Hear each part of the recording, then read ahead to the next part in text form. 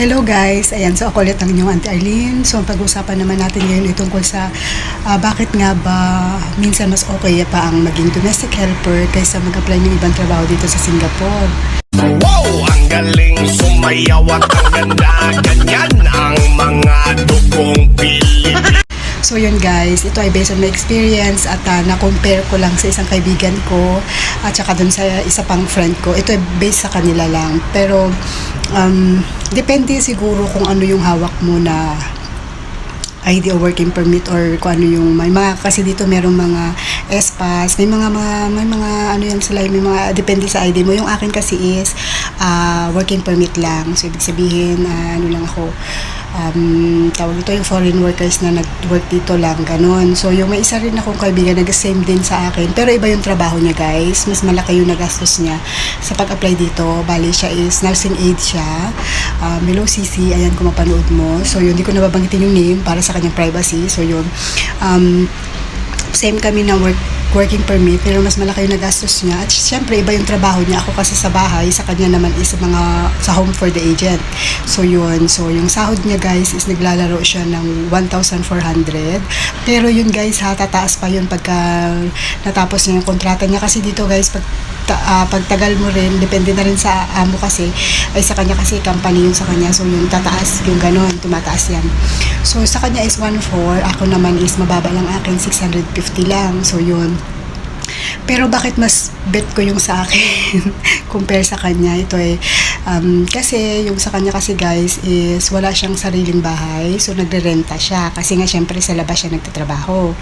Ngayon, yung bahay na tinitirhan niya, yung rental niya, alam naman natin ang cost of living dito sa Singapore is mahal, magastos. So yung bahay niya na tinitirhan is 600, if I'm not mistaken, 600. Yun yung unang kwento niya, pero ewan ko lang ngayon nung lumipat siya kung 600 pa rin. Pero biruin nyo guys, yung sa 1,400 niya, tapos 600 yung tawag doon, yung sa bahay pa lang mapupunta niya, is magkano na agad ang mababawas sa sahod niya, di ba? Parang may iwan sa kanya is magkano, kung 1,400 tapos 800 na lang, di ba? So ako libre.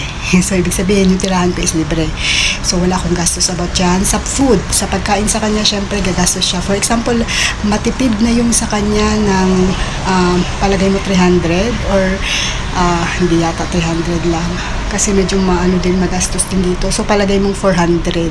Ay, sige, palagay natin 300 lang. So sa kanya, yung rental at saka food niya is magkano na yun. Kung yung rental niya 600 plus yung food niya is 300, 900 na. So magkano na lang may iwan sa kanya? 500. So akin libre. O tulong bumibili din ako ng mga ano ko, pero choice ko yun. Yung bumibili ako kasi mahilig ako nga sa mga chichirya, mga ganyan. So kape. So provided naman din ng employers natin yan. Pero kung katulad ko kayo na coffee is life at saka mahilig sa chichirya, bumili din kayo ng extra nyo para anytime na gusto nyo magkape. Kasi ako talaga guys, mga 2 o 3 beses or 4 ganyan ako magkape sa isang araw. So yun, kung kayo ay mga ganun katulad ko, bumili na lang kayo ng extra nyo para hindi kayo yung parang pigil sa sarili na kung gusto nyong uminom ng kape, kasi yun yung pangarang pag inaantok ako, yun yung panglaban ko, yung ganun, parang nagiging alive ako. Tapos kung gusto niyo kumain ng mga Filipino snack, yung mga ganyan, at least meron ako dyan. So wala pakialam yung amo mo, hindi ka may ilang, di ba?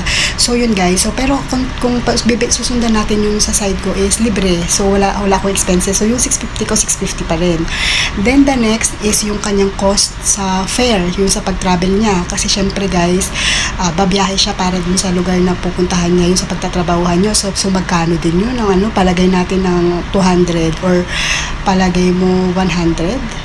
Hindi ko kasi alam yung kasi ako tingin ko hindi lang baka mamaya 200, palagay natin 200. Kasi ako guys is pag day off ko lang ako lumalabas parang nasa 6 o 7 or 8 or 10 na sinagagastos ko sa isang lang siya kung araw-araw siya magbabiyahe or 6 times a week kasi may day off din siya na once a week. So for example, ganun yung niya. So, gagastos siya ng rental, gagastos siya ng pagkain. Para sa pagkain, gagastos siya para sa pamasahe. So, magkano na lang yung matitira sa kanya, guys, diba? For example, 500 na lang natira sa kanya. Tapos, makukuha pa dun sa tawag dun, sa sa pamasahe niya yung another 200. So, 300 na lang yung magiging malinis niyang may iwan sa kanya, guys. Tapos, syempre, di 300 na lang may iwan. Ako, libre. So, ibig sabihin, wala akong ginagastos sa aking pamasahe kasi ako yung nagtatrabaho sa loob lang ng bahay, hindi naman ako lumalabas. Then yung isa pa is yung sa necessities like shampoo, conditioner, body wash, perfume, makeup, or so whatever na kanyang pang ano sa sarili niya. Syempre guys, wala sasagot sa kanya kundi sarili niya lang. So yung 300 niya na yun, mababawasan pa yun. Palagay natin syempre na mabawasan yun. Syempre may mga napkin pa yan, yung mga pads natin, yung mga ganyan. So babawasan pa yun. So yung 300 na may iwan niya, palagay mo 100 na makukonsume siya sa mga ganun, na mga necessities niya. So 200 na lang may iwan sa kanya guys, di ba? So palagay mo, tapos sa akin, wala, libre kasi yung mga ganyang bagay, sagot talaga ng employer yan. Pero ako kasi guys, medyo maselan yung buhok ko, tapos yung ngipin ko, yung mga ibang ano, bumibili din naman ako sa sarili ko. Pero kung masusundan nga natin is base doon lang naman sa mga katulad ko din ng mga walang kaarte-arte sa katawan, libre po ang mga tawag doon, yung mga personal needs natin, katulad ng mga toiletries natin, shampoo, conditioner. Conditioner depende sa amo, shampoo, pero basically sa shampoo, toothpaste, body wash, yan, yung mga ganyan, sagot ng employer yan. So yun, tapos may mga employer na, yung katulad sa dati kong employer, sagot din yung napkin ko, yung pads ko, deodorant ko, sagot din yun, depende sa ano, pero karamihan ganun sagot, so wala ka rin naman igagastos, diba? Tapos so palagay mo sa kanya, naiwan na lang is 200. Kung halimbawa palagi mo matipid siya, naiwan sa kanya, halimbawa matipid yung kaibigan, naiwan pa rin sa kanya is 400, di ba guys?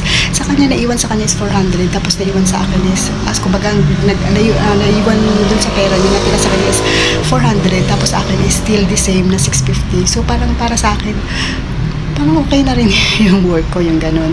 Tapos, hindi pa ako sobrang pagod talaga na magbabiyahe-biyahe. Pero, ang advantage naman din, kung bakit maganda din yung work niya is yung freedom.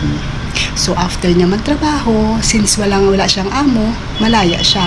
Tapos, nakikiikot niya kung gusto niyang gabi. Umikot man siya pumunta. Kasi maganda dito guys sa Singapore pag gabi. Kasi nakalabas ako dati ng gabi. Kasama ko yung mga amo ko. Ang daming lights, ang daming ano. So, talaga yung mga tourist spot dito sa Singapore. Kaya kung gabi kayo pumunta, at saka ano din dito guys ha, mahilig magbanda. Or kahit akala niyo yung mga Singapore is napakakuan talaga yung parang boring or something. Hindi. Maganda din dito guys.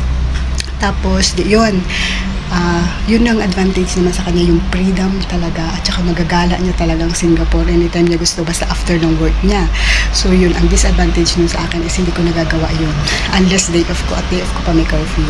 So yun, kaya yun lang din yung ano. Pero kung titingnan sa dalawa, parang mas bet ko na rin yung akin na mas nakakaipon ako kasi may day off naman din ako, so nakakalabas din naman ako, although night time hindi talaga, pero okay lang.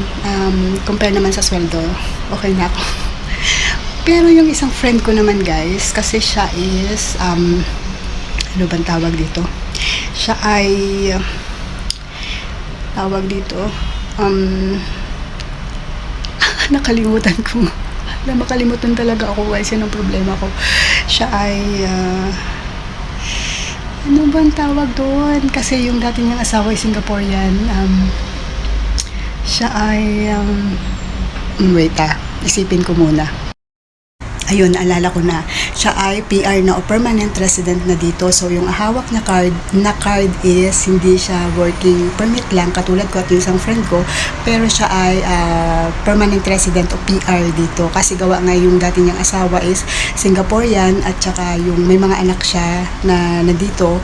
So, kaya anytime pwede siyang pumunta. Singaporean yun yung mga anak niya. So yun, kaya tapos siya, syempre pag Singaporean, pag PR ka, iba yung rate mo. So siya, alam ko, nagre-rate siya ng 2,000 plus something. Ang laki na yun sa pera natin guys, sila best na. Pero kahit magbayad man siya ng rental, may magkukuha pa rin siya kahit man mag-allowance siya, gastos siya sa pamasahe, gastos siya ng mga personal needs niya, mas malaki pa rin yung sweldo niya sa amin. Kasi nga PR siya guys. So yun lang, kaya iba-iba yung mga pasweldo talaga dito. Pero so far happy naman din ako sa sa work ko. So yun lang guys. Bye bye.